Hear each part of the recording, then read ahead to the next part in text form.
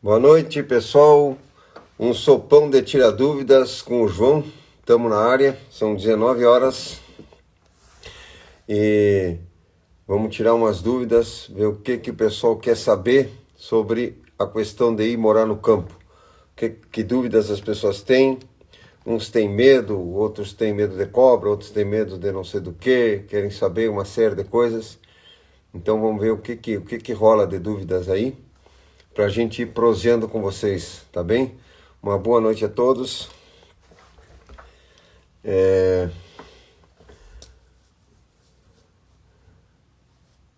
A Rose Barros, Gilvânia, o que eu consigo ler passa muito rápido, né?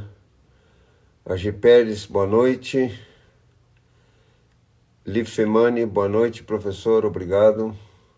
A Ana 5712, opa, boa noite. Cristina Diniz, boa noite, boa noite.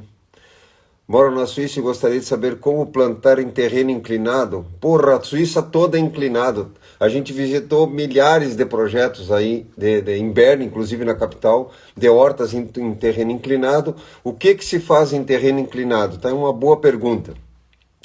Os incas aqui nos altiplanos e outros povos, no altiplano andino aqui e outras civilizações, moravam em territórios, em terrenos com inclinação de 35, 40, 45 graus, ou seja, metade de um ângulo reto, 45 graus, todo mundo sabe o que é. Então é bastante inclinado. O que ele se faz em terreno inclinado? O que esses povos antepassados nos ensinaram de como lidar com terreno inclinado? Isso nós tínhamos que saber na ponta da língua, né, na escola primária, secundária, não sei se chama esse nome, na universidade. Você cria o quê? Patamares, você faz degraus. Como é que os maias e os incas sobreviveram por 4.000 anos em territórios com uma inclinação dessa natureza? Nós, com muito menos tempo de ocupação, por exemplo, no território brasileiro, já erodimos, já estragamos, já assoreamos rios, já fizemos uma desgraça.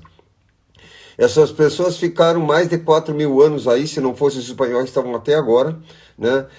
Criaram o que? Patamares, degraus, ou seja, então a gente faz curva de nível, marca os níveis do terreno e vai fazendo patamares e vai plantando em patamares, e cada patamar você bota algumas caixas. Se você viajar pela Suíça, você está morando aí, dê uma volta aí por aí, inclusive a gente visitou hortas urbanas, onde as pessoas alugavam os territórios, os terrenos do governo para plantar. A única condição é que tivesse filhos, certo? Ou seja, eram pessoas que precisavam, de repente, de uma produção maior de comida. Visitamos vários lugares com produção. Inclusive muita coisa como trigo, aveia e cevada plantada à mão e colhida à mão, né? Então a Suíça tem uma coisa muito interessante, que é essa interface entre cidade e campo, que aqui não tem, ou seja, tu tá na cidade, depois tem aquela periferia, aquela esculhambação toda, e aí depois, quando tem o campo, aquelas estradas cheia de buraco, né? Então eles têm uma interface muito interessante. Você sai de uma fábrica de carro, entra numa lavoura de trigo, mais adiante tem uma fábrica de relógio, mais adiante tem uma integração muito interessante, né? Entre cidade e campo. Então você está num lugar onde tem muito para olhar e aprender sobre isso aí. Pode procurar aí, que a história é essa, é fazer os patamares, né? Aqui é o meu canto do meu recanto, mandando um abraço aqui do Rio Grande do Norte. Eu estou no Rio Grande do Sul, nós estamos numa distância absurda um do outro, aí 6.000 quilômetros mais ou menos, né? A Cris Flores Guzmão, boa noite, obrigado. Boa noite. Jane Pereira, boa noite. O Henrique Silveira Filho, boa noite. Campinas, boa noite. A Maria, boa noite, pessoal, boa noite. Estou catando alguma pergunta, às vezes começa a passar muito rápido, eu não consigo ver. Como espantar vaquinhas e arapuã? Arapuã, desculpa, não sei o que é, né? Os termos populares mudam, e vaquinhas é esse coleóptero amarelinho e verde, né? Que dá na abóbora, dá em várias plantas. O que você pode fazer, né? Tu cata algumas delas, certo? E tritura, macera, certo? Dilui em água e pulveriza no lugar onde está sendo atacado pelas vaquinhas, né? E aí esse cheiro de outras vaquinhas mortas vão embora, né?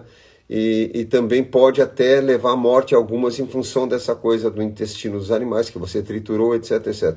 Praticamente nenhum inseto quer o cheiro da morte do outro inseto. Assim como a gente tem uma aversão à carne putrefada, coisa desse tipo, os insetos também têm com relação a eles, né? Isso é uma forma de você espantar a vaquinha, né? E aí a outra questão é saber que planta que ela está atacando, para entender por que a planta está sendo atacada. Isso a gente estuda no curso de agricultura, a gente trabalha bastante esse elemento, que é a questão de que não tem plantas doentes, tem plantas deficientes. O que está fazendo, o que está levando a planta a ficar doente, né? E a questão é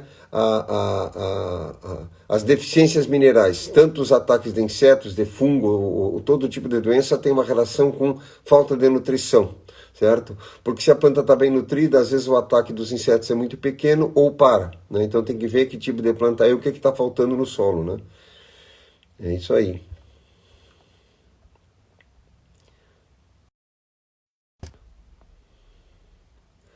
Aqui o Frangopolo, cadê a Tati? A Tati está fazendo outra coisa e eu estou aqui, cada um dividindo um pouco as tarefas. Para projeto com crianças, o senhor indicaria para começar a iniciá-los?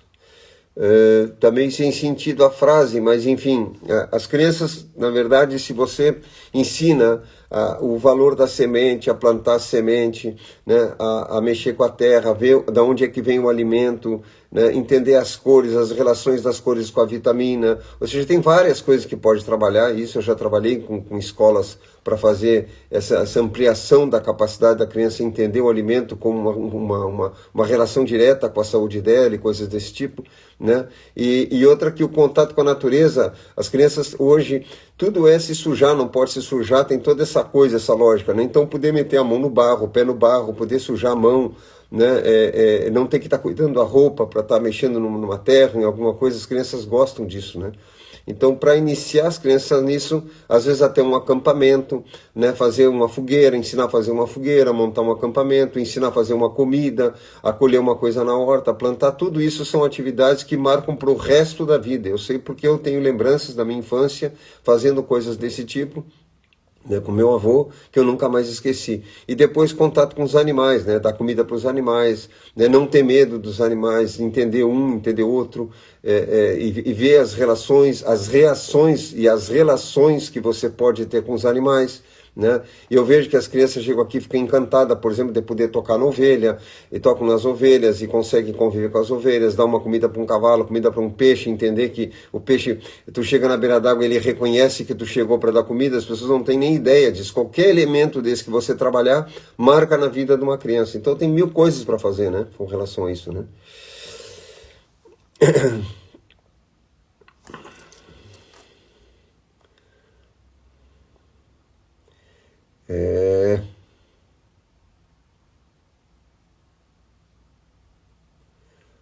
Aqui o Evi. Minha esposa sempre viveu em cidade. Eu vim de um sítio em Minas. Como melhor adaptar minha esposa nesse estilo de vida? Você ata ela, pega uma corda e ata ela e ela acaba acostumando. Não, tô brincando. Os ciganos fazem isso com as crianças, né? Os ciganos são nômades, estão sempre viajando, eles pegam as crianças, atam com uma corda na cintura e atam no pau da barraca, né? E depois mudam de lugar, porque eles se preocupam com a criança, às vezes estão em beira da estrada, e eu acompanhei alguma vez isso e achei fantástico a ideia de atar a criança, e a criança se acostuma com aquilo ali, mas não vai fazer isso com a tua esposa, senão ela vai brigar contigo. Mas enfim, o que você pode fazer? Se ainda não tem o sítio, você pode, fim de semana, ir para um sítio de um amigo e começar a ver que tipo de coisa ela gostaria de fazer. Porque às vezes as pessoas, por exemplo, mulheres, podem gostar de flores, de trabalhar com flores. É um mega negócio. Existe uma demanda enorme de compra de flores, e as flores no Brasil, praticamente todas as flores que você compra nos mercados, não todas, mas praticamente todas, vêm de um lugar que é Olambra, em São Paulo, porque as pessoas não sabem produzir flores. Então já fica aí uma dica.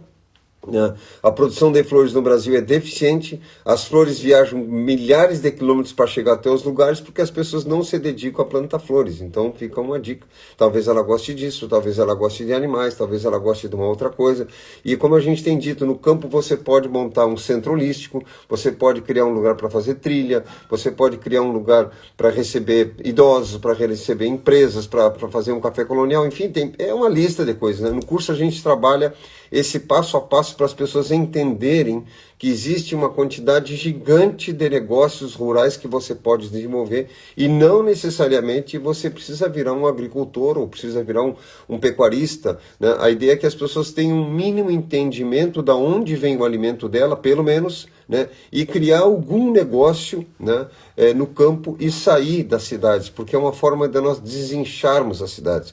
Há um tempo atrás me convidaram para um seminário sobre cidades sustentáveis, e eu estava viajando, não podia ir, e eu mandei um pequeno texto falando sobre isso, onde eu dizia, se você quer uma cidade sustentável, saia dela. Meio na brincadeira e meio sério, né? Ou seja, as cidades têm que ser esvaziadas, nós precisamos criar um êxodo urbano, tem pessoas demais na cidade, as cidades são grandes demais, ou seja, muito pesadas, muito inchada, muito complicado, todo o sistema que está super inchado de animais, de insetos, seja do que for, ele colapsa. Isso sempre foi assim, ou seja, quando existe uma quantidade gigante de insetos num determinado lugar, vai vir uma quantidade de predadores para terminar com aquela situação, para regular aquela situação. O ser humano, como não tem predador, nós estamos indo nessa loucura, e os predadores do ser humano somos nós mesmos. Aí começa toda uma loucura, porque as pessoas vivem numa loucura, assalto e violência e não sei quanta coisa, né? E agora pela internet os fake news e as agressões e etc, etc, porque isso já extrapolou o número de pessoas. Nós estamos inchados as cidades e os campos vazios, na verdade é isso, né? E existe também esse mito que existe uma superpopulação. Não tem uma superpopulação no planeta, pode botar 9, 10 bilhões, não, a questão não é essa, porque os territórios estão vazios, as cidades estão lotadas, mas o campo está vazio. Ou seja, a região onde eu estou aqui na fronteira com o Uruguai, até poucos anos atrás, tipo 2 décadas atrás, a população por quilômetro quadrado era igual do Alasca, e no Alasca não tem ninguém. Certo? Então, se tu andar no Uruguai, por exemplo, o Uruguai inteiro tem 3 milhões e 200 mil habitantes. É menor que um bairro de São Paulo, Ou seja, então não tem ninguém. É um país que eu viajei outro dia para lá, andei 500 quilômetros de carro e passei por um carro apenas. Não tem ninguém, o país está vazio. Aí eu posso chegar em Montevidéu e dizer, não, mas isso aqui está lotado. Sim, as cidades estão lotadas. As cidades estão porque as pessoas têm uma atração pela cidade quase que doentia, né? E aí acho que o campo é inseguro. Eu não sei qual é a ideia de achar que o campo é inseguro, né? Inseguro com o quê? O que vai acontecer com você no campo? Uma cobra vai te engolir, uma baleia, não sei o que pode acontecer, né? Então as pessoas têm que ir se acostumando e ver, existe uma forma, uma série de possibilidades, né? Ontem perguntaram a mesma coisa aqui sobre o maracujá não vinga. O que acontece? O maracujá tem um polinizador, que é a mamangava, que é um polinizador específico do maracujá. Se você não tem esse polinizador na região, se você não tem esse inseto na região, o que acontece às vezes, né, em função da quantidade de veneno, em função de uma série de coisas, você poliniza a mão, pega um algodão com um cotonete e pinga, toca numa flor e toca noutra, flor macho e flor fleme, e você vai conseguir polinizar. Certo? É isso, uma esculhambação. O país está virado, o planeta inteiro uma esculhambação. Poucas cidades são ordenadas e organizadas. E uma coisa é clássica no Brasil, as pessoas não gostam de ordem, né? Todo mundo fala e reclama um do outro, mas ninguém gosta de ordem. Pode ver, se a pessoa puder andar na velocidade acima da velocidade limite, ela vai andar. Se ela puder estacionar num lugar que não pode, ela vai estacionar. Ou seja, ninguém gosta, na verdade, de ordem. E sem ordem as coisas não funcionam. Não tem como, porque existe uma ordem para as coisas, né? Os animais têm ordem, né? Ou seja, uma cateia de lobos tem um determinado território que ele atua. Se um outro alcateia entrar naquele território, eles vão brigar e defender aquele território. Então tudo tem ordem. Um fungo avança até um ponto no solo da floresta até começar o outro fungo. E eles se separam. Existe uma linha divisória entre os campos que os fungos atuam. Ou seja, a natureza ainda tem muito para nos ensinar, porque nós somos indivíduos que atropelamos a liberdade do outro o dia inteiro. Outro dia eu estava no supermercado, a mulher conseguiu bater no carrinho, com o carrinho do mercado 3 vezes no meu calcanhar. Aí eu disse para ela, a senhora já bateu 3 vezes na minha perna. Ah, senhor, me desculpe. Eu digo, sim, desculpa, eu desculpo. A questão é que você tem que estar no seu corpo, tem que estar encarnado. O pessoal está com a cabeça na lua. Né? E aí não observa que tem outras pessoas vivendo no mesmo ambiente. Então nós temos que respeitar. A melhor coisa do vírus, para mim, foi o que está sendo chamado de isolamento social. As pessoas têm que ter uma distância entre as outras para ter um pouco de privacidade. A privacidade é importante. Certo? Né? Isso aí, por exemplo, no Japão ou outros países é uma coisa dada, ninguém fica atropelando os outros, passando na frente, tentando, entende? A gente teria que ter um comportamento um pouco mais maduro. Né? Vamos para frente. O que fazer com o inverno? Estufa? Sim, quem está num clima frio, como nós aqui, temos uma estufa. Né? Eu agora, por exemplo, ainda tenho dentro da estufa tomate e pimentão. Alguns deles vão seguir mais adiante. Se for, por exemplo, se eu tivesse com esses tomates do lado de fora, na primeira geada agora eu iria perder todos, certo? Morre, né? Obviamente. Não, como está na estufa, aí eu fecho, tem que saber manusear, você tem que abrir e fechar, né? De manhã abre na metade da manhã, dependendo da temperatura que está, na metade da tarde fecha. Se for muito frio no dia, ou seja, dia que vai ter geada, tipo assim, perto do meio-dia está 12, 14 graus, é sinal que vai estar geando à noite. Aí eu tenho que fechar antes, vou fechar 2 da tarde, por exemplo, 3 da tarde no máximo, para poder concentrar calor dentro da estufa para atravessar a noite, né? E não formar gelo dentro da estufa. Então, no inverno, para produzir essas plantas, esse tipo de planta, que seriam plantas de verão, seria dentro da estufa. Se não, você planta do lado de fora, por exemplo, couve, repolho, alface, cenoura, beterraba, essas plantas todas recebem o frio com muita tranquilidade, né? Então também no curso a gente trabalha isso, plantas de inverno, plantas de verão, plantas de sombra, plantas de sol, etc. Vamos lá. Lagarta do milho. A lagarta do milho é o seguinte, o que ataca o milho, aí entra a coisa da deficiência de novo, é falta de boro no solo, certo?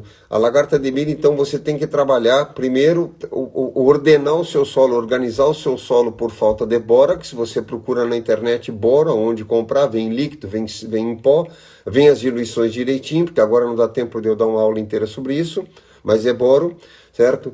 E aí tu pode também fazer um preparado, agora, já que está nessa situação, aplicar algum biofertilizante, caso você tenha, se não, pode fazer um extrato com alho, ou um extrato com fumo, ou com alguma coisa repelente, para repelir um pouco a lagarta, né? Mas se você não fizer isso, o ano que vem, quando plantar, vai dar de novo a lagarta, porque é uma deficiência que tem no solo, e a planta, então, fica aberta para isso, né?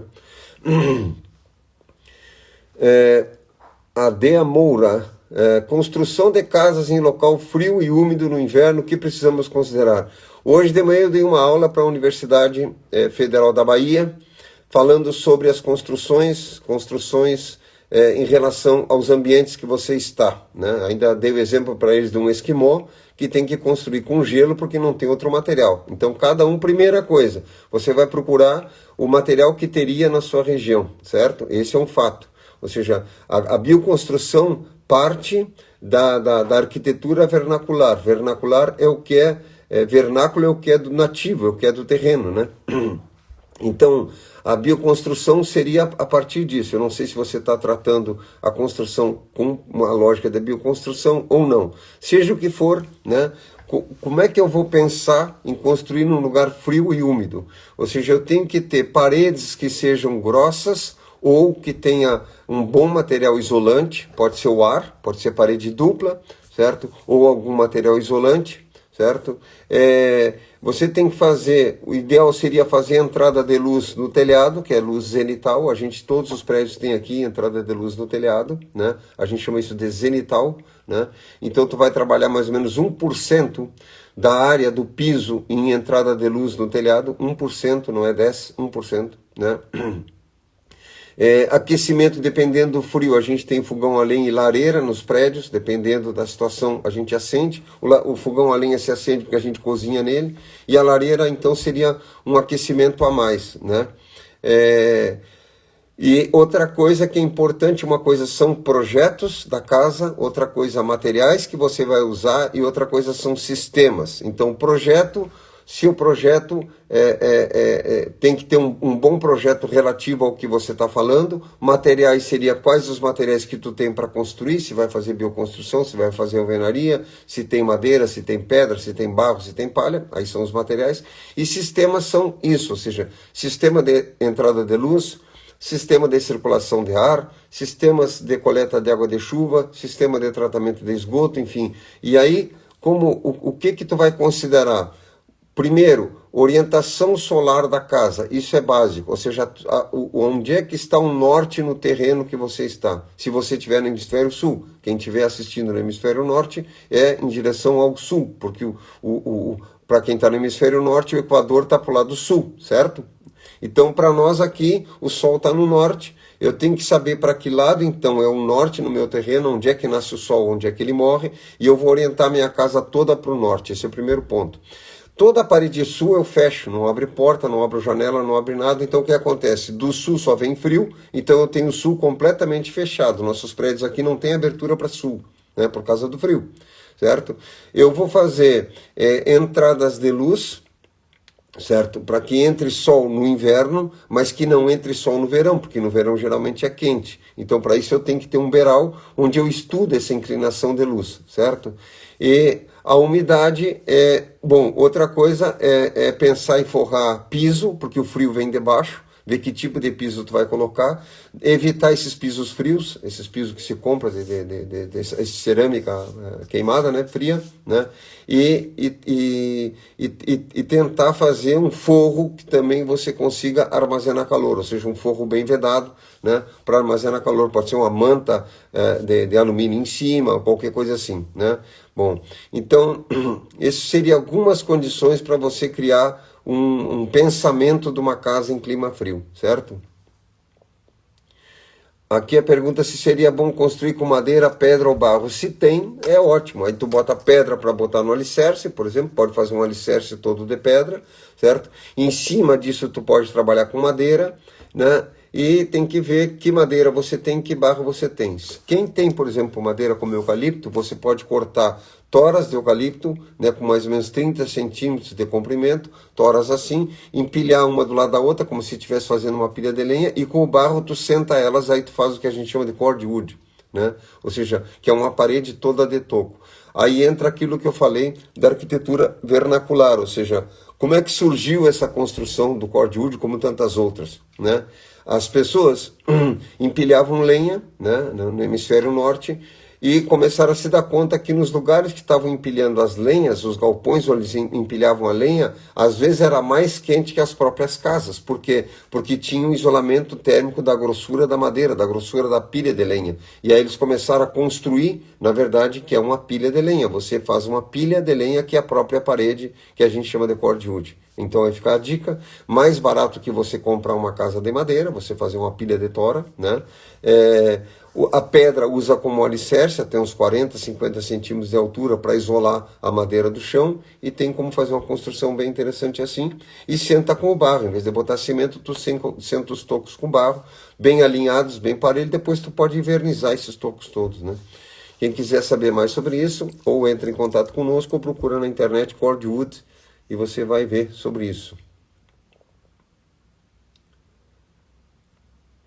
Aqui uma pergunta do May com Soares. O que tenho para aprender na agricultura americana?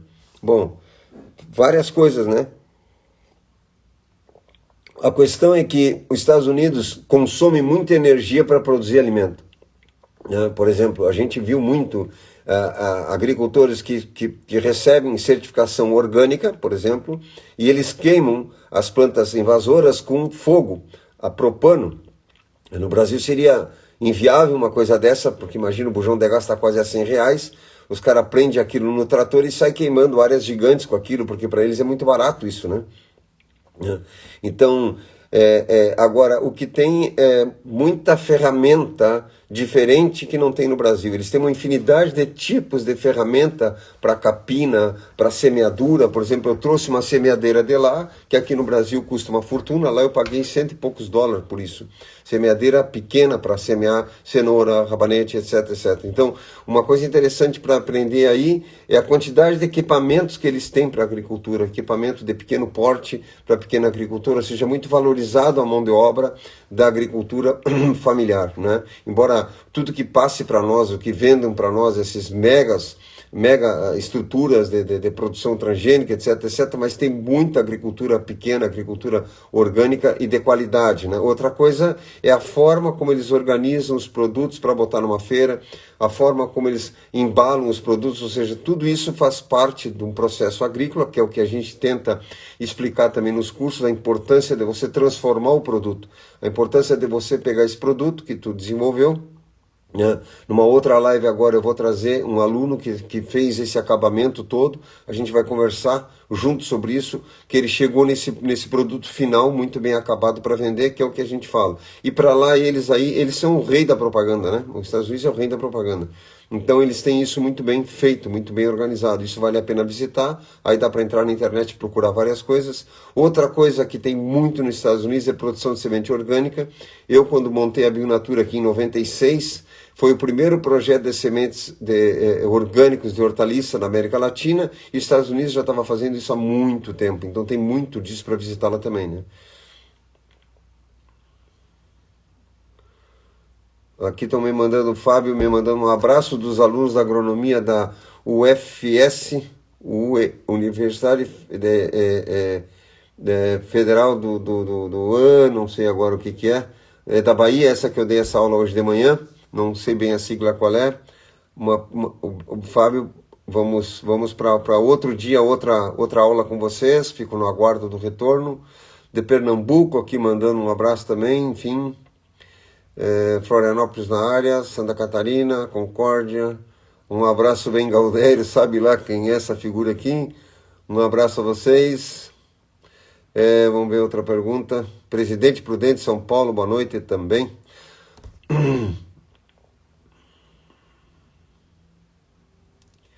Meu pé de pimentão está dando frutos com manchas escuras, o que fazer? Provavelmente é falta de cálcio no solo, certo? Se você tem algum biofertilizante, aplique, né? Mas provavelmente que seja isso, né?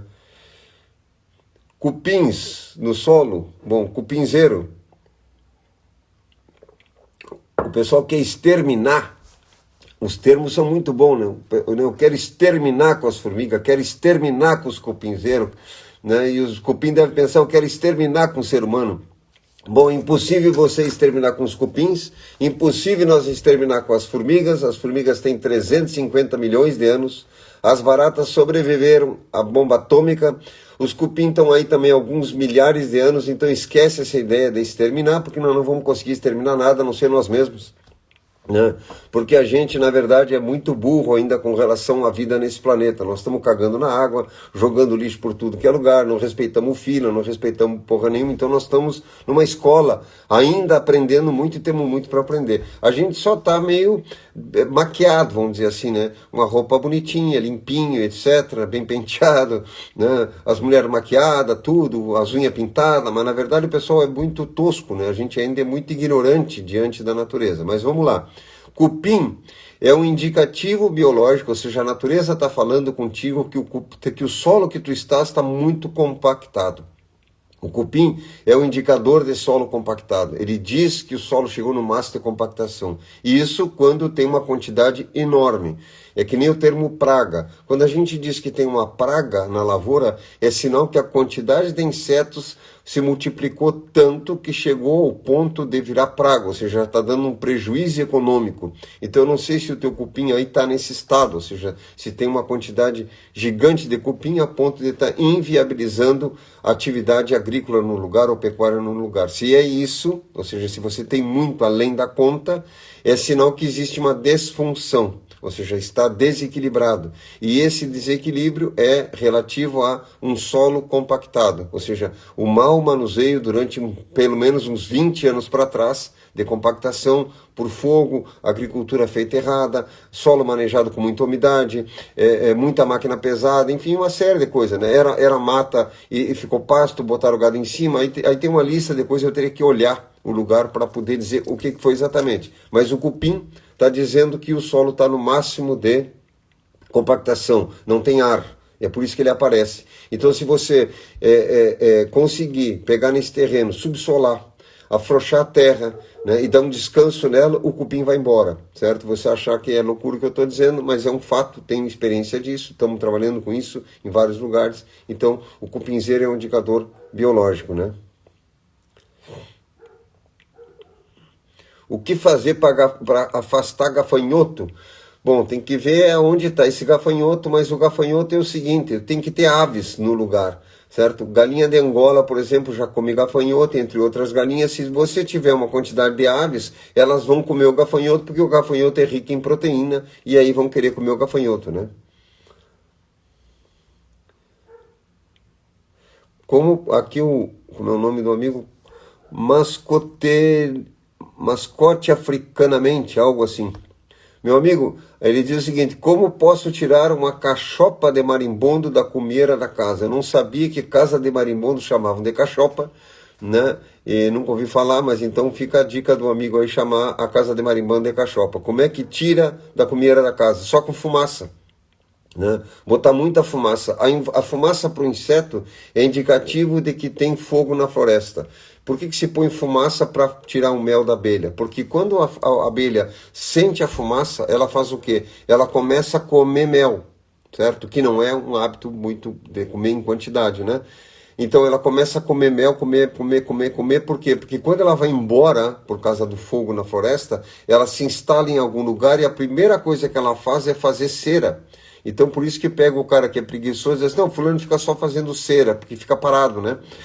Então, a abelha para num tronco de árvore, depois que ela foge, que ela encheu a barriga de mel, e ela fica regurgitando aquele mel e vai fazendo cera daquilo, e vai construindo um novo lar. Então, por que tu põe a fumaça? Porque ela enche o estômago de mel, e aí ela não consegue se dobrar para ter ferroar. Tem dificuldade de se dobrar para ferroar, e outra porque ela está na intenção de partir dali.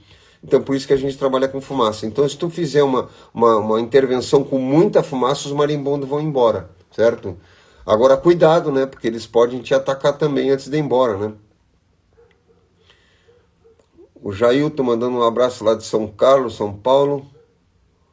Aqui a Beatriz falando um pouco sobre irrigação. Irrigação é um tema muito longo, né? Porque depende de quanto você quer irrigar, do tamanho da área, etc, etc. Você tem aspersores que vão jogar 20 mil, 30 mil, 40 mil litros por hora, assim como vai ter aspersor que vai jogar 1.000 litros por hora ou 500 litros por hora. Tem uma infinidade de aspersores, né? O que tem que cuidar, por exemplo, outro dia eu falei sobre isso, agora há pouco a pessoa falou do pimentão e do feijão, do tomate. O que você molha na folha ou não? Por exemplo, abóbora, pepino, melão, evitar molhar a folha. Por quê? Porque essas plantas são de clima seco, certo? Então o que é o ideal? Se precisa aguar essas plantas, você agoa elas à noite, certo? Para que não dê muita incidência de fungo. Tomate e pimentão não gostam de folha, de água na folha. O ideal, eu aqui irrigo por gotejamento, tomate e pimentão. Pode aguar na folha? Pode, certo? Você pode, não tem outra condição, você irriga. Mas a possibilidade de dar fungo é muito alta. Então, uma coisa para pensar na irrigação é o que você vai irrigar, para irrigar por aspersão, para irrigar por gotejamento ou por inundação, ou seja, que você enche os espaços entre os canteiros com água, que também é uma técnica interessante para irrigar. Então, para poder falar de irrigação, o ideal seria o que é a cultura, qual é a cultura, né? Para saber qual é a melhor decisão do que irrigar e quanto vai gastar de água para isso, né? Aqui é o Dirceu Júnior Ferri. Desinvermifugação humana com coco e semente de abóbora. Como fazer? Falamos hoje de manhã, na nossa live da manhã, da Chimarrão com a Tati e o João, falamos sobre isso. O que eu faço quando eu vou me desvermifugar com coco? Travou minha língua, né? Eu faço um jejum e só como coco. Fico 2 dias comendo coco, ou pelo menos um dia, certo? Comendo só coco. E água, se precisar tomar água, sentir sede, toma sede, mas não bota outro alimento. Aí o que que acontece? O coco é um vermífugo, certo? E também, como tem muita fibra, né? Você vai limpando o trato intestinal todo, certo? E tu vê que no segundo dia você tem como sente uma limpeza no corpo. Isso melhora também o nosso raciocínio, porque o cérebro tem uma relação direta com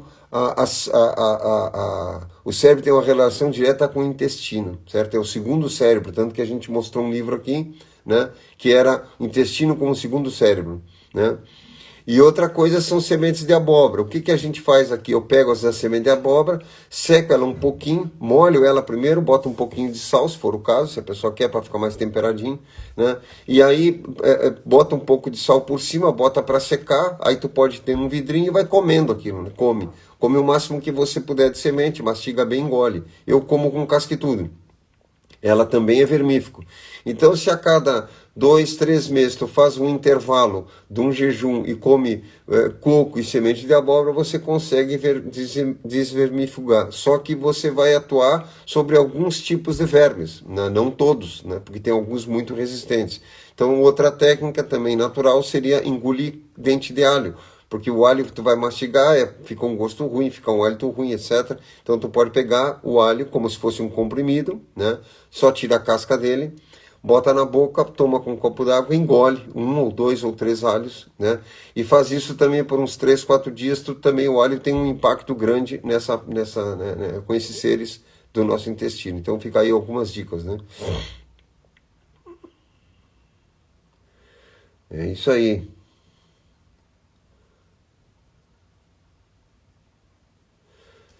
Aqui a pessoa perguntando sobre sementes nativas, crioulas, etc. Bom, eu dou a dica, eu montei esse projeto há 20 anos atrás, que foi o da Bionatura, mas eu estou há muito tempo fora lá, faz muitos anos que eu estou fora da Bionatura. O que eu indico as pessoas entrarem em contato com a Bionatura, né? Ver que sementes eles têm e também entrar em contato. Hoje tem vários bancos de sementes esparramados pelo Brasil afora. Tem que saber quais sementes as pessoas querem. Sementes de hortaliça orgânica, né, já é um pouco mais raro, ou seja, a Bionatura tem, a Isla tem um pouquinho e outras pessoas têm esparramadas por aí, né? Milho é mais fácil conseguir, feijão é mais fácil conseguir, porque os bancos de semente em geral que tu vê o pessoal falar, geralmente são milho, feijão, abóbora, essas coisas, né? Hortaliça já é um pouco mais raro, tá bem? Mas eu não tenho agora para vender. Nós estamos organizando o banco, multiplicando o banco, mas não tenho para vender agora.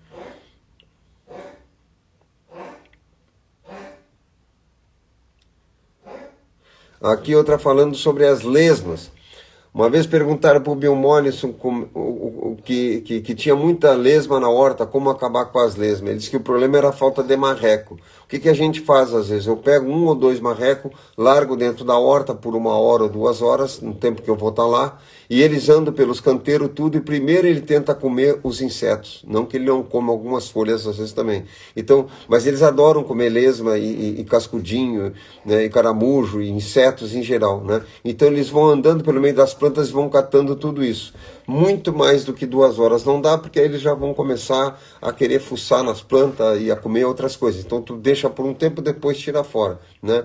E lesma é um sinal de que está úmido o lugar, tem muita umidade no solo, certo? Então, ou porque tem sombra, ou porque montaram alguma coisa com agrofloresta e está muito sombreado, porque a lesma obviamente não gosta do sol, né? Então você tem que ver se talvez não botou cobertura morta demais no solo. O que eu indico? Dá uma arejada nos canteiros, entendeu? Ou seja, se tem muita palha, recolhe um pouco, deixa bater um pouco de sol. Ou seja, tenta criar um ambiente que circule mais ar e mais sol, vai reduzir a lesma.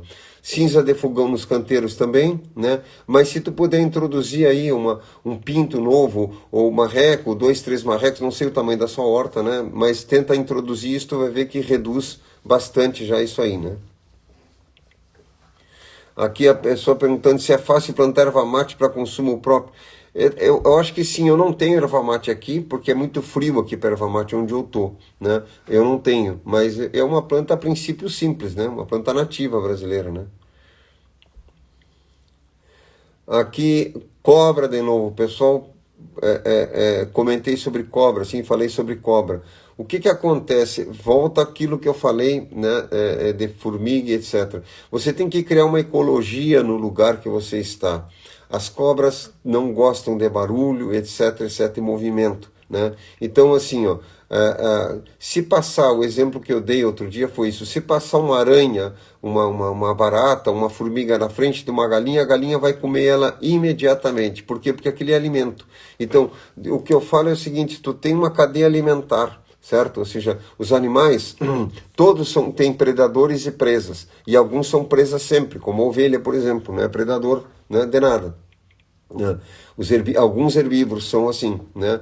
Então, agora, cobra, inseto, aranha, rato, etc., ele sempre é predador de alguma coisa e também ele é presa, né? A cobra é presa de outras cobras, é presa de lagarto e galinha de Angola, ganso, peru comem cobra, ou pelo menos atacam ela, né? Machucam ela. Gato também. Agora a pessoa não tem galinha, não tem pato, não tem peru, não tem gato, não tem cachorro, não tem nada, aí fica difícil, entende? Por quê? Porque você está projetando um espaço e você esqueceu que na natureza existe uma ecologia, existe macaco, jacu, ou seja, dependendo do bioma que tu tá, tu tem uma infinidade de seres. Aí a pessoa quer ir para um sítio, mas não quer ter animal nenhum, né? Então, ou seja, algum animal é importante ter, porque os animais são reguladores ecológicos do lugar, mesmo que você não coma carne, né? Eu também aqui não mato os animais, mas eu tenho eles no convívio comigo, porque eles estão criando uma ecologia no lugar, eu uso das fezes deles, né? Eles circulam, evito que eu tenha, por exemplo, eu não encontro escorpião, aranha, essas coisas, é muito raro.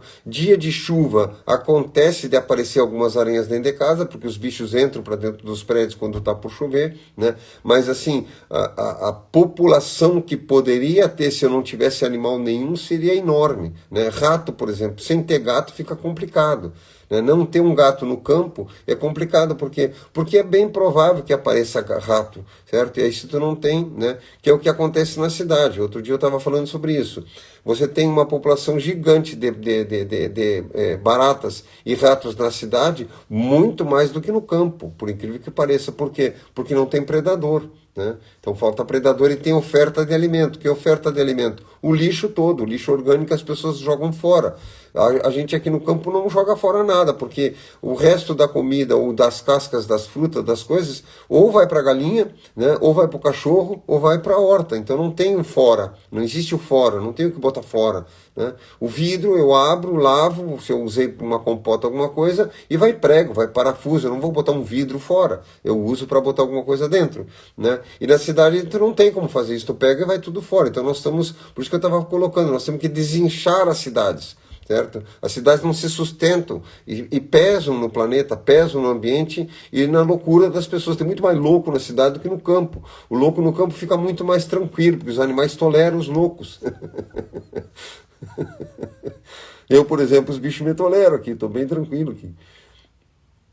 Para o controle de formiga, acabei de falar da formiga também. Animais controlam formiga. Os tatu controlam formiga. O que aconteceu? Fizeram uma expansão gigantesca de plantio de eucalipto no Brasil. Tem gente defendendo eucalipto até agora, numa escala gigantesca, né? E aí, o que acontece? Para poder plantar eucalipto, a formiga ataca muito o eucalipto, né? Porque a maioria dos eucaliptos são transgênicos ou clone, né? Então, o que acontece? Colocaram uma quantidade gigantesca de veneno para controlar a formiga. Quem é que come a formiga naturalmente? O tatu. O tatu é o alimento preferido do tatu e a formiga. E aí a formiga envenenada matou o tatu. E agora nós temos uma população astronômica de formiga, né? Porque os tatus se foram, né?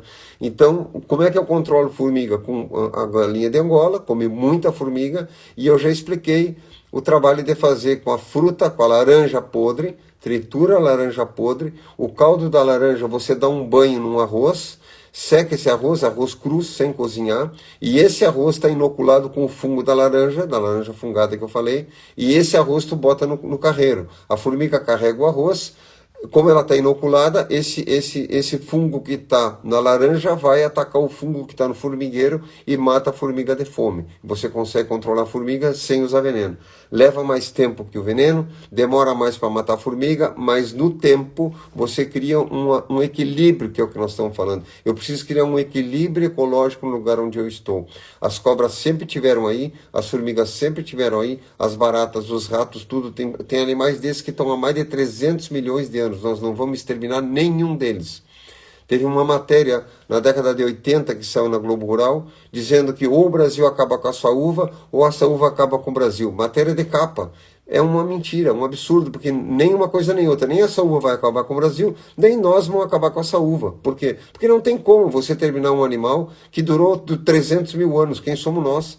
Que estamos aí ontem no planeta a conseguir controlar, matar a formiga toda, não tem como. Esses seres sobreviveram à bomba atômica, né? O que a gente tem que fazer? Criar uma convivência ecológica, ou seja, tem formiga aqui onde eu estou? Tem. Elas me causam algum dano? Muito pouco. Muito pouco. Por quê? Porque já tem um certo equilíbrio no lugar, né? Agora, o solo descoberto, completamente ácido, completamente sem matéria orgânica, completamente, ou seja, aí não tem, ou seja, você criou um caos, ou está num caos, e a formiga vem consumir com esse caos. Ela não deixa sobreviver nenhuma planta que está com problema. A natureza funciona assim, né? É que nem as manadas na África. Seja de que animal for. O que acontece? Os leões e os lobos controlam os animais doentes. O animal que está doente, que está quebrado, que está não sei o que, vai ser comido pelo predador. Então, por quê? Porque tem que criar um equilíbrio, senão, né, o ser humano é que está fazendo pessoas sobreviver, que teriam que estar mortas, teriam que ter morrido, né? E a gente fica sobrevivendo, mantendo as pessoas nos hospitais, né? Não estou dizendo que não faça, estou colocando que nós somos assim, né? E aí tu fica fazendo isso, ou seja, a mulher não pode ter um nenê, faz uma cesariana. O cidadão tem não sei do que, faz uma transfusão. O outro, na vida natural não tem isso. Os animais têm algum problema, eles morrem, ou seja, não sobrevivem, né? Ou seja, então a natureza se autorregula, né? Nós temos outras formas de regulação porque nós temos outras capacidades, outras inteligências, né? Então, quando eu entendo isso, quando eu vou para um sítio, eu tenho que pensar nessa ecologia, eu tenho que pensar dessa forma. Senão, eu vou ter que regular tudo, né? Então eu coloco animais que vão ficar regulando esse sistema. Por exemplo, tem gente que gasta um tempo gigante roçando pasto, certo? O que eu faço? Eu tenho ovelhas e cavalo, que eu alterno. Um come numa altura, outro come na outra altura, então eu não gasto energia roçando, porque eu boto os animais para fazer esse serviço, certo? Então a gente vai lidando com essa ecologia. Aqui o Fábio perguntando se a geodésica é um tipo de bioconstrução. Sim e não, porque se eu fizer uma geodésica de ferro coberta com cimento, como fizeram aqui perto, aqui numa cidade aqui perto, não é bioconstrução, né? É ferro com cimento. A forma dela é muito interessante porque tem uma energia muito interessante. A nossa geodésica é feita de madeira, coberta com palha. Aí eu posso dizer porque é uma bioconstrução, porque é uma madeira cortada, né? E a palha é cortada no banhado também. Então é uma bioconstrução, não por ser geodésica, certo? Mas por ter um material orgânico, vamos dizer assim, um material mais ecológico. Agora, o importante da geodésica é a forma dela. Por quê? Porque eu consigo cobrir um grande espaço, né, com muito pouco material. Ou seja, mais ou menos 70% a menos de madeira você usa. Certo? A nossa tem 12 metros de diâmetro e eu fiz ela toda com caibro de 5 centímetros por 7. Se tu pegar um marceneiro, um carpinteiro, alguém que constrói, e pegar a madeira toda que eu construí, fizer uma pilha e dizer, com isso aqui você me faz um prédio de 100 metros quadrados, ele vai dizer, não, com essa quantidade de madeira aqui não dá para fazer. Por quê? O cara teria que fazer uma tesoura de 12 metros de comprimento, etc. Então a vantagem da geodésica é que eu uso paus madeira fina, né? E a resistência dela está na forma, ou seja, a forma com que essa madeira é organizada é que me traz a resistência. Aí que está o segredo da geodésica. Aqui a pessoa falando em cochonilha na horta. Cochonilha, você pega leite, bota 1 litro de leite para 10 litros de água e pulveriza. A cochonilha também é deficiência aí de cálcio e magnésio, né? Então, eu não sei em que está dando a cochonilha, mas enfim, ela bate em várias coisas, né? Faz uma mistura de água com leite e pulveriza, que você vai amenizar isso aí, né? Se é possível, a Oroinvandante. Se é possível obter renda agrícola com apenas duas pessoas, com certeza, até com uma pessoa, dependendo do que tu fizer. Por exemplo, se tu plantar morango, morango vale uma fortuna. Tem um ex-aluno nosso que tem mais de 70 anos, foi para o campo com outra senhora de idade, estão produzindo morango e vão muito bem, obrigado. Então depende do que tu vai fazer, né? Depende do que tu vai plantar, né? Mas com certeza dá para fazer, só ver o que fazer. E aí volta aquilo que a gente falou, né, de tentar pegar o produto e dar um acabamento nele, ou seja, uma forma de apresentação. As coisas nos supermercados hoje estão muito bem apresentadas, vamos dizer assim, e às vezes até em excesso, né? Então, dependendo, por exemplo, o ideal é sair da linha do intermediário, né? Tentar trabalhar direto com o consumidor. Então, aí tu vai ganhar o preço final, né? E não o preço que tu entrega para o mercado. Então, sei lá, tu vai entregar uma alface para o mercado, o cara vai ter que pagar R$ 1 e pouco. Se tu for vender direto para uma pessoa, ela vai ter que pagar 3. Então, em vez de tu trabalhar o dobro, tu trabalha a metade, certo? E entrega direto. Dependendo do que tu for plantar, né? Com certeza dá para fazer sim. Ó, a Morena Canela Brasil diz que eu acho que é isso, que eu ensinei ela a fazer uma cauda com o próprio inseto que funcionou para ela. Sim, funciona, né? Funciona bem para várias coisas. O que as empresas agora estão vendendo, chamando de baculovírus para soja, é isso, né? É que as pessoas gostam de comprar pronto, como dizia o meu avô, quem não sabe fazer, compra pronto. Então tu pega a lagarta da soja, né? Tritura ela, de preferência já pega algumas que tu encontrou morta no terreno, né?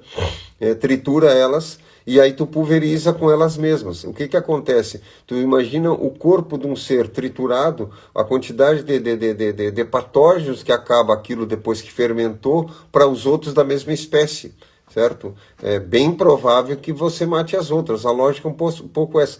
Essa é uma das bases da biodinâmica. A gente faz isso com várias coisas. Por exemplo, pegar carrapato de vaca, né? Junta os carrapatos numa pequena panelinha, numa frigideira, e vai botando no fogo e vai torrando devagarinho isso, né? Até que vire uma cinza, assim, até que vire um carvãozinho. Aí você tritura isso e vai dinamizando em várias partes. Dinamiza uma vez, outra vez, outra vez. Quem não sabe o que é dinamizar, procura na internet, vai dinamizando, dinamizando.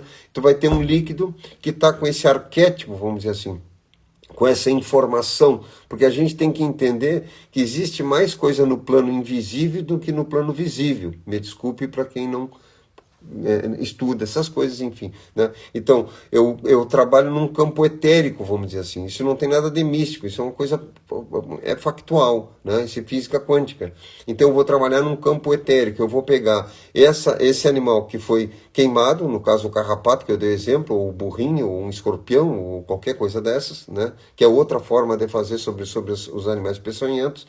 E eu queimo eles, vou queimando numa frigideira, não vou botar o fogo neles, eu faço eles torrar devagarinho, como quem, né? Às vezes tu esquece uma torrada ali, né? E ela torra, então eu vou torrando, até que ele fica tipo um carvãozinho que eu posso triturar ele, né? Ele já tá... Aí eu macero aquilo tudo bem macerado, vou dinamizando isso, vou diluindo, eu pego esse líquido e pulverizo.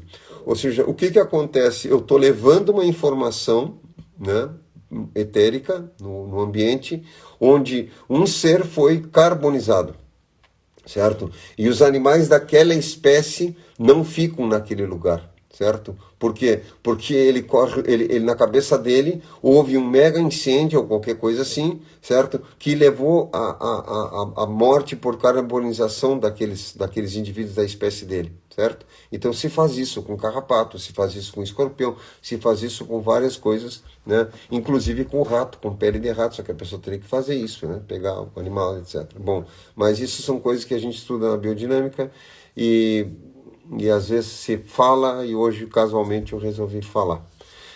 Mas então fica a dica aí também, quem puder fazer com uma panelinha de cobre é melhor, e aí nós vamos aos poucos nos tornando e entendendo o que se chamava antigamente de alquimia.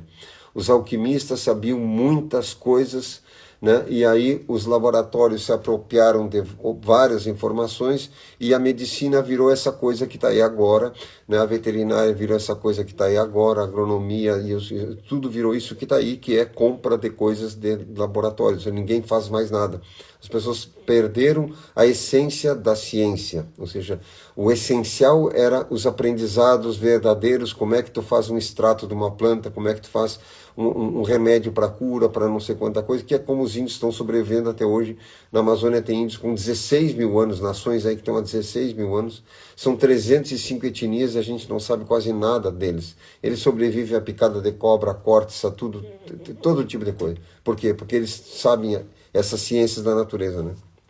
Então fica aí um chamado para todos nós, né? É isso aí, é isso aí. Falta de molibdênio no solo, botar molibdênio. Você consegue na internet, a gente quando compra faz um biofertilizante com ele, botar fermentar esterco, água e molibdênio, né? E tem um produto, o resultado final dessa fermentação, eu tenho uma fermentação carregada de molibdênio, você pode comprar e colocar, né?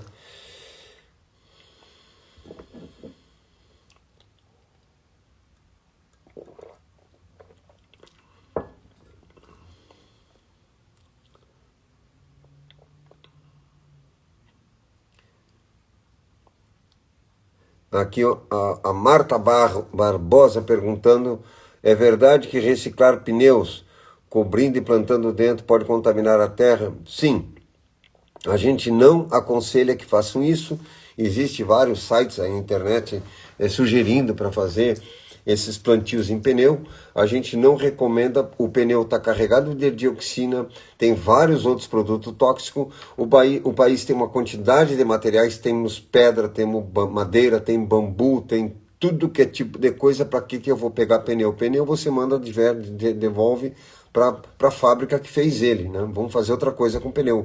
Agora, pegar o pneu e plantar, o pessoal pinta ainda de vermelhinho, amarelo, fica cada vez mais feio aquilo, né? Mas gosto é gosto, não se discute, o meu é melhor. Então, pega esses pneus, corta esses pneus, bota a terra e planta dentro, não faça isso. Faz de pedra, faz de tijolo, faz de qualquer coisa, sapato velho, né? Mas pneu não, porque pneu é bastante tóxico, né? E casa de pneu também, o pessoal me manda foto, olha uma casa de pneu, não faça casa de pneu. Assim. Ou seja, é muito tóxico você depois entrar dentro de uma coisa dessas, né? Até porque não dá para entrar fora, mas uma casa de pneu é outra coisa absurda também, tendo tanto material como tem no Brasil. Então a gente também tem que começar a pensar sobre essas coisas assim, né? Não precisa ficar reproduzindo, né? Aí um faz e outro faz. Ou então me manda um monte de foto de garrafa PET, aí o cara abre a garrafa PET, planta. Pô, se vai fazer isso, a gente já explicou isso. Não plante em vaso comida, porque as plantas querem consórcio, as plantas se tocam, trocam informação, trocam nutrientes. Então se eu pego uma caixa e faço uma horta dentro de uma caixa, é melhor que eu ter vários vasinhos, porque eu ocupo muito menos espaço na caixa do que nos vasinhos, certo? Então a gente até desenhou, já no curso a gente mostra o quanto você perde de terra por estar fazendo plantio em vaso. E tem maluco aí na internet, malucas, ensinando a fazer plantio em vaso. Não faz isso. Uma que tu, quando tu vai botar água, tu vai passando água de um vaso para outro, molha todo o piso, fica aquela esculhambação. E outra que você tem que fazer consórcios. As plantas gostam de estar juntas, a cenoura com alface, a cebola, o tomate com manjericão. Ou seja, essas coisas têm que estar, como a gente quer estar circulando com outras pessoas, ou não, mas enfim, as plantas trocam nutrientes, né? Então, se tu faz tudo em vaso separado, é um hospício de planta, né? Mais ou menos isso. Né? Esse hospício de planta eu gostei, eu vou até anotar depois. Deixa eu ver. Que interessante, não sei o que a pessoa diz que é interessante aqui, a Marta, a outra Rick se mata, deve ser de mim. Sim, aqui a Neiva perguntando se precisa de uma estrutura muito grande para o telhado verde. Sim, fica, e fica um pouco caro, dependendo se você tem material ou não. O que acontece? Você tem que pensar mais ou menos em 100 metros, perdão, de 80 a 120 quilos por metro, certo? Para fazer um telhado verde, tá? Quem quiser mais informação sobre telhado verde, tem um ex-aluno que sabe tudo disso, muito bom o trabalho dele, que é o projeto Cidade Jardim, do Sérgio Rocha, que vale a pena entrar, pesquisar e tirar informações, certo? Ai. É isso. Uma prisão de plantas. Imagina, bota as plantas nos vasinhos, bota um monte de vasinho. Principalmente planta que você vai comer, não faça isso. Faça uma caixa, né? E planta tudo na caixa. E tu vai plantando, senão fica tudo separado, né? Essa do hospício foi boa. Eu gostei também, o hospício de plantas. O pessoal que tá muito doido, né? Muito doido. É,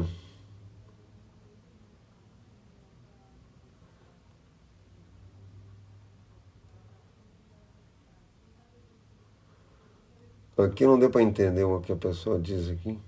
João, não é você das coisas que você fala em determinado tempo na live. Não consigo entender. É, muitas aranhas no local indicam o quê? Pois é.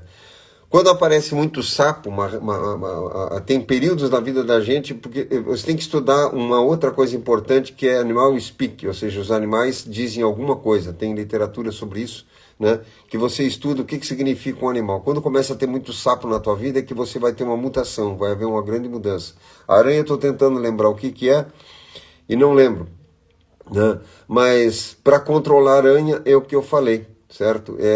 Aumentar as aves, né? E às vezes até álcool, pessoal. Álcool. Eu compro álcool de posto, né? Álcool do posto, dilui com um pouco de água, você borrifa, álcool mata mosquito, mata tudo, porque tu imagina o corpo todo do animal imerso em álcool, se tu mergulhasse numa banheira de álcool, ou você sairia totalmente bêbado ou quase morto, porque o maior órgão do teu corpo é a pele, e às vezes a gente fica comprando esse inseticida violento para matar um bicho, não precisa, só o álcool, pulveriza com álcool, mata aranha, mata tudo, e o álcool é uma coisa bem... Estão passando álcool gel em tudo, até em bebê aí, né? O pessoal tá quase louco com essa coisa do coronavírus, né? E tá todo mundo querendo se salvar com álcool gel. Acho que tinha que beber um álcool gel, já o cara fica imunizado para várias vidas já, né? Ou para várias gerações, já toma 1 litro de uma vez, né? Porque eu não sei de onde é que nós vamos nos imunizar desse jeito, mas enfim, estamos fazendo isso, vamos seguir em frente, né? Então... Pega álcool, bota nessas coisinhas, eu tenho um monte dessas coisinhas aqui, assim, né, com álcool, né, e às vezes nos cavalos, como tem muita mosca na volta deles incomodando, principalmente no verão, eu pego, extrato esse essa planta repelente, me esqueci o nome até, eu uso toda hora, não me lembro agora, né, ou até eucalipto, boto misturado com água e borrifo nos animais e reduz a mosca, né, e dentro de casa um pulverizadorzinho desse manual para álcool, você mata quase tudo disso, formiga, caseira, alguém perguntou aqui da formiguinha que está dentro do apartamento, bota álcool, né? Pulveriza com álcool, é barato, não é tóxico, etc, etc, etc. O pessoal bebe álcool, né? O pessoal bebe álcool todo dia, né? Então é tranquilo. O que custa dar uma pulverizada de álcool no mosquito? Já pensou o mosquito bêbado? É isso aí, pessoal.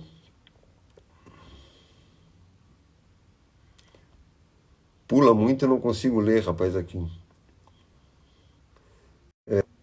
Aqui é outra que... Deixa eu ver. Citronela, falou, graças, a pessoa falou citronela, isso mesmo, eu compro citronela líquida, a essência, diluo em água e pulverizo para espantar inseto e coisas desse tipo. Às vezes até mosquito, né? A gente quer estar alguma coisa no campo, às vezes fazendo alguma coisa, tem um pouquinho de citronela, o cara passa nas mãos, nos braços e já tá, né? Isso mais no verão, né?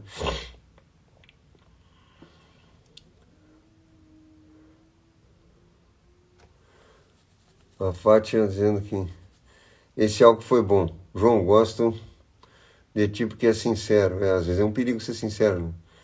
O vinagre branco, ela diz que adora vinagre branco. Eu não sei se é para passar em alguma coisa, para comer, mas enfim, vinagre branco é bom também.